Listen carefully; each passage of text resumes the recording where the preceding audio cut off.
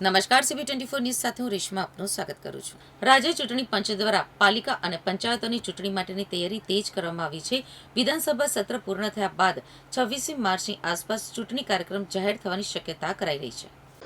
ગુજરાતમાં સ્થાનિક સ્વરાજ્યની સંસ્થાઓની આગામી ચૂંટણીને લઈને રાજકીય ચહલપહલ વધવા લાગી છે.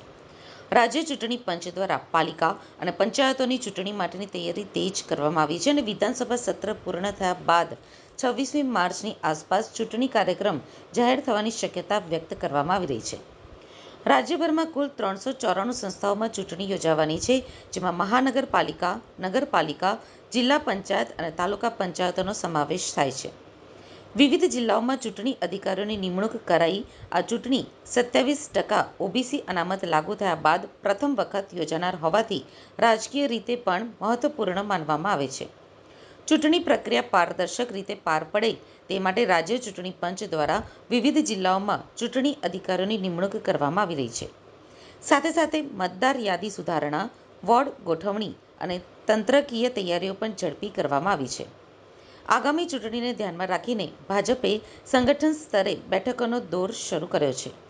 સ્થાનિક સ્તરે વિકાસ કાર્યો અને સરકારની યોજનાઓને મુખ્ય મુદ્દા બનાવી પ્રચાર કરવાની વ્યૂહરચના ઘડાઈ રહી છે.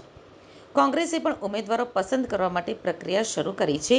જિલ્લા અને શહેર સ્તરે દાવેદારો પાસેથી અરજીઓ માંગવામાં આવી રહી છે અને યુવા નેતાઓને તક આપવા ઉપર પણ ભાર મુકાઈ રહ્યો છે. આમ આદમી પાર્ટી પણ શહેરો ઉપરાંત ગ્રામ્ય વિસ્તારોમાં સંગઠન મજબૂત કરવાની કોશિશ કરી રહી છે. કેટલાક વિસ્તારોમાં કોંગ્રેસ સાથે ગઠબંધનની ચર્ચાઓ ચાલી રહી છે. જ્યારે ગઠબંધન ન બને તો તમામ બેઠકો ઉપર સ્વતંત્ર રીતે ઉમેદવારો ઊભા કરવાની તૈયારી પણ પાર્ટી દર્શાવી રહી છે. સ્થાનિક ચૂંટણી નજીક આવતા રાજકીય પક્ષોની બેઠકો, ઉમેદવાર પસંદગી અને પ્રચાર વ્યૂહરચનાઓના કારણે આગામી દિવસોમાં રાજકીય ગરમાવો વધુ વધે તેવી શક્યતા વ્યક્ત થઈ રહી છે.